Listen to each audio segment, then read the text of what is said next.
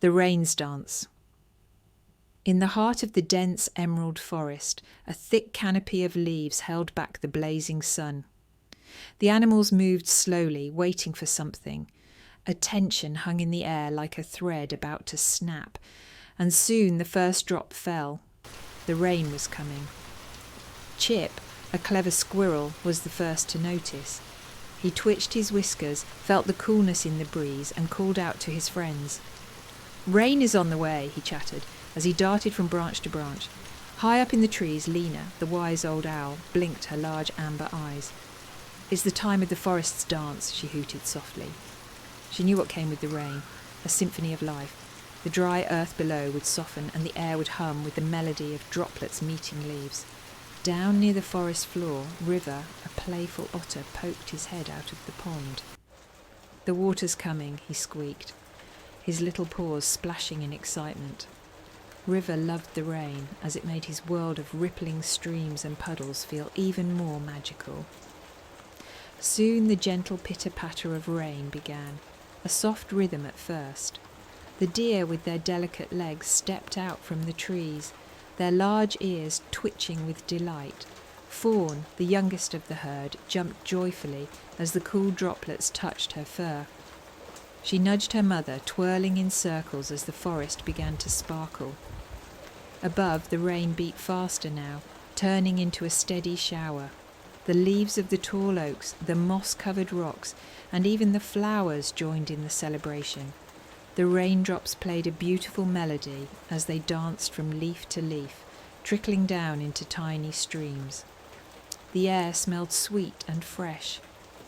Meanwhile, deep within the forest, Bramble the badger woke from his burrow, blinking at the drizzle.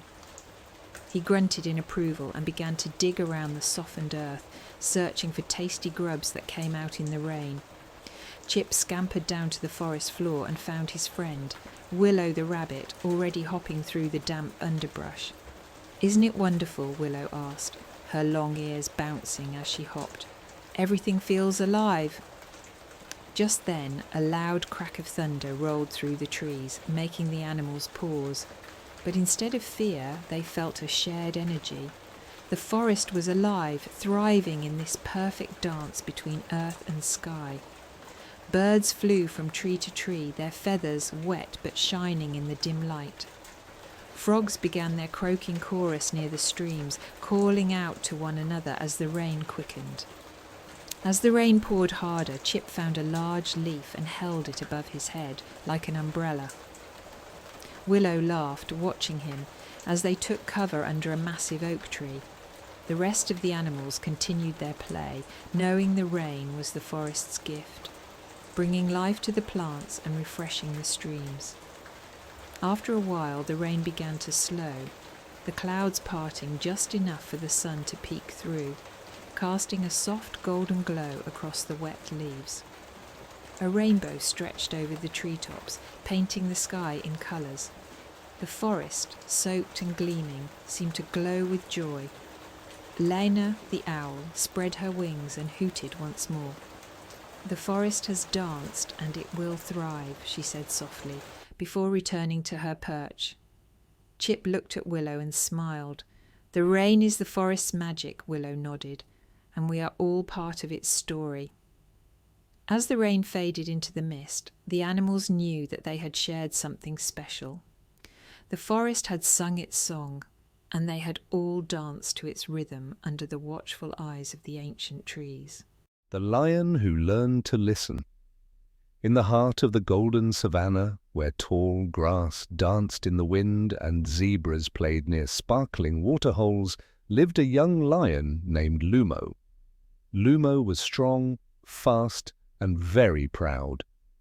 But there was one little problem. He never listened.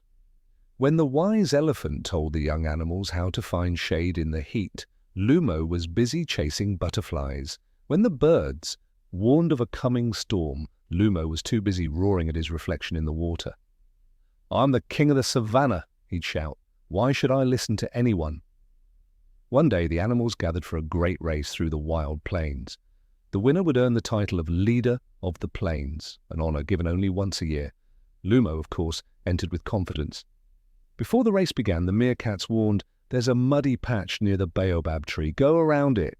But Lumo just grinned. "I'll be too fast for the mud."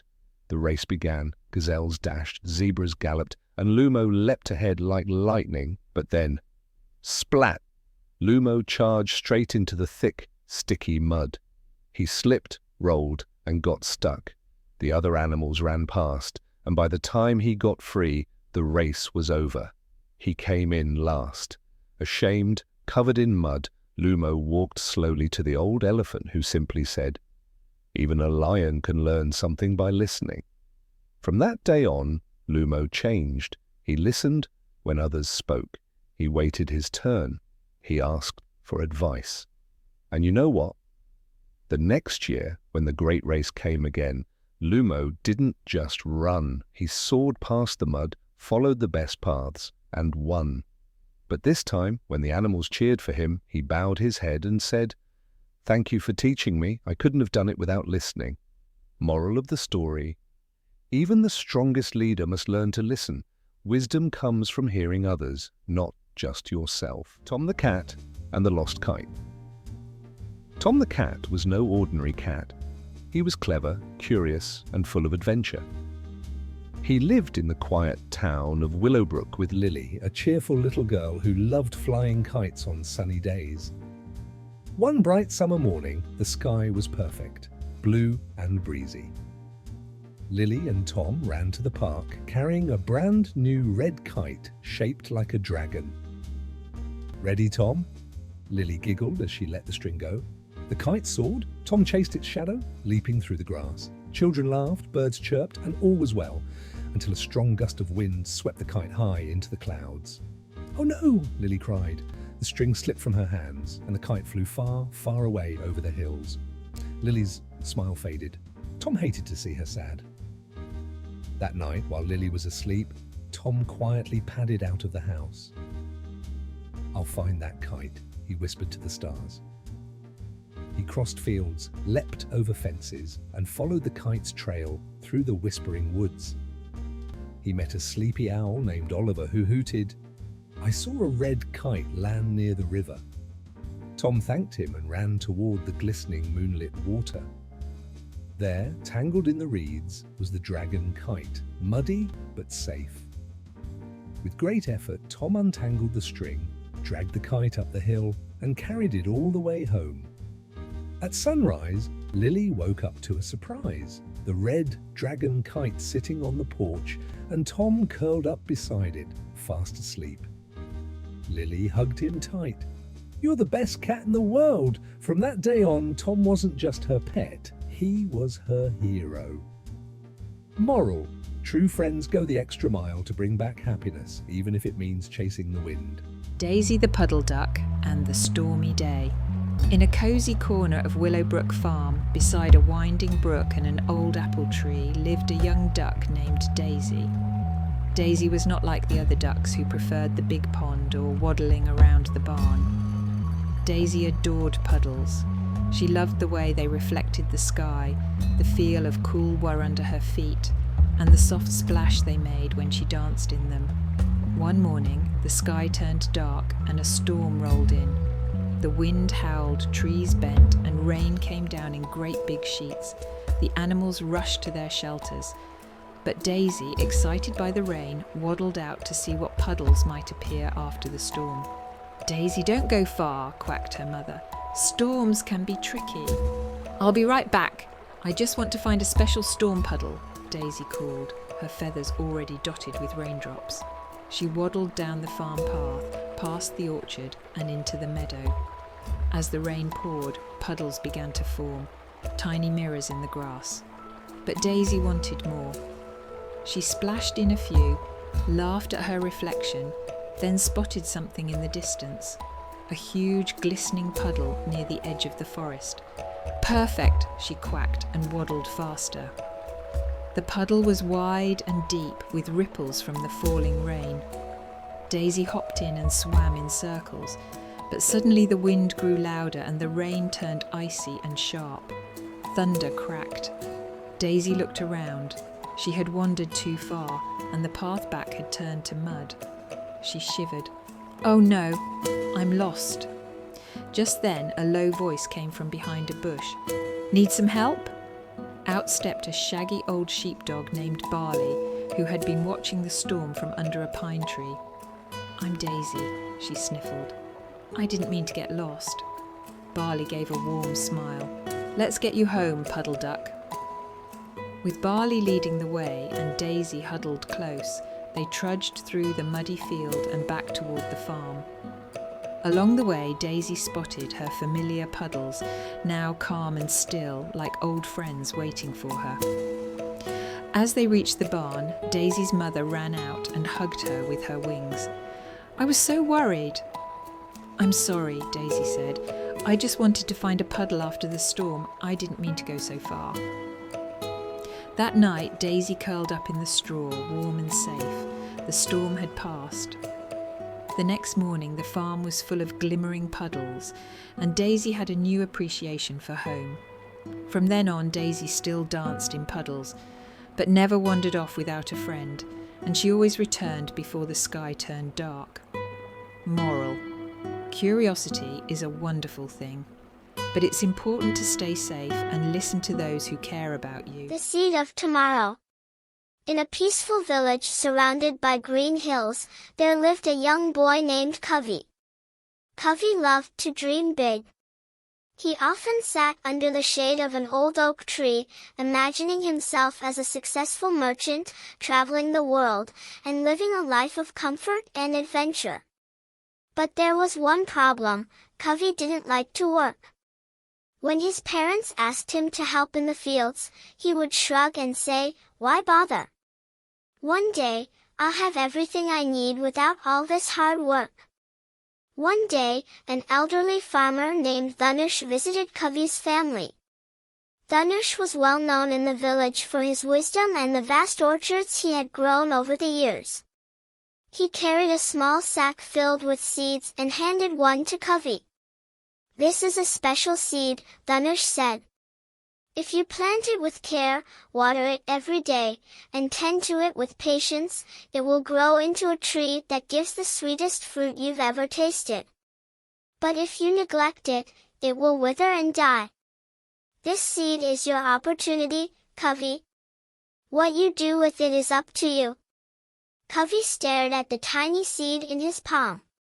It didn't look special, it was small and plain. "That's it?" he asked. "Just a seed?" Dhanush smiled. "Every great tree begins with a seed. What you make of it depends on your intention, purpose, and effort today." Covey wasn't sure he believed the old man, but he decided to give it a try. He dug a small hole in the soil near his house and planted the seed. For the first few days, he watered it and made sure it had enough sunlight. But soon, he grew impatient. "This is taking too long," Covey grumbled. "Why isn't it growing yet?" He began skipping days, forgetting to water the seed. He got distracted playing with his friends and stopped checking on it altogether. Weeks passed, and when Covey finally remembered the seed, he found that the soil was dry, and the little sprout that had begun to grow was now shriveled and lifeless. Frustrated, Covey ran to Dhanush's farm. "Your seed was useless," he shouted. Dhanush looked at him calmly. "Did you care for it every day?" "Well, not every day," Covey admitted. "Did you give it your full attention and purpose?" Covey lowered his head. "No." Dhanush placed a hand on Covey's shoulder. "That seed was an opportunity, Covey. It wasn't useless, but it needed your intention, your care, and your effort to grow. Every great thing in life, whether it's a tree, a skill, or a dream, starts as a seed. What you do today determines what you'll have tomorrow." Covey felt a wave of regret. He had let his impatience and lack of effort ruin his chance to grow something beautiful. "Can I have another seed?" he asked hopefully. Dhanush smiled. "Of course. Every day is a new chance to plant a seed." This time, Covey was determined to do things differently. He planted the new seed and cared for it every single day. He watered it, made sure it got sunlight, and even cleared weeds around it. Over time, the seed sprouted, grew taller, and eventually became a strong tree. One day, it bore the sweetest fruit Covey had ever tasted. As he bit into the fruit, Covey realized something important. Success didn't come from wishing or waiting. It came from the work and care he put in every day. From that day on, Covey carried Dhanish's lesson with him. He worked hard at everything he did, knowing that every opportunity tomorrow was planted by his actions today. Moral: every great success starts as a small opportunity. What you do with it today determines what it will become tomorrow. The Bear and the Bee. In the heart of a sun-dappled forest lived a big brown bear named Bruno. Bruno was known for two things: his love for honey and his long afternoon naps. Every day he would lumber through the woods, searching for berries, nuts, and especially honeycombs. One warm day, Bruno spotted a golden beehive hanging from a tall oak tree. His eyes lit up. Honey, he grinned, licking his lips. He stood on his hind legs, reached up with his big paw, and gave the hive a firm swat. Buzz, buzz! Out zipped a tiny bee, her wings buzzing furiously. She flew straight to Bruno's nose and hovered there. "Excuse me," she squeaked. "That's our hive. We worked hard to make that honey." Bruno blinked. "But I'm hungry, and I love honey." The bee, whose name was Bella, hovered a little higher. "And I love flowers, but I don't go stomping on your berry bushes, do I?" Bruno scratched his head. I never thought of that." Bella crossed her tiny arms. "We bees work all day collecting nectar to feed our hive. If you take it all, we'll have nothing left."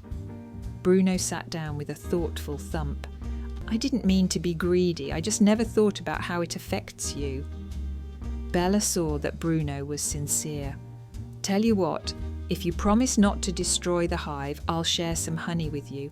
And if you help protect the flowers, we'll keep making more." Bruno's face lit up. "Deal." From then on, Bruno became the forest's biggest flower protector. He gently nudged away animals that trampled the blossoms, and even spread wildflower seeds with his paws. And every few days, Bella would buzz by with a small jar of sweet honey, made by her and her buzzing family, just enough for a happy bear's treat. They became the unlikeliest of friends, one big and furry, one tiny and buzzing, but both wiser and kinder than before. Moral: respect the hard work of others, and you'll often find sweeter rewards through kindness and cooperation.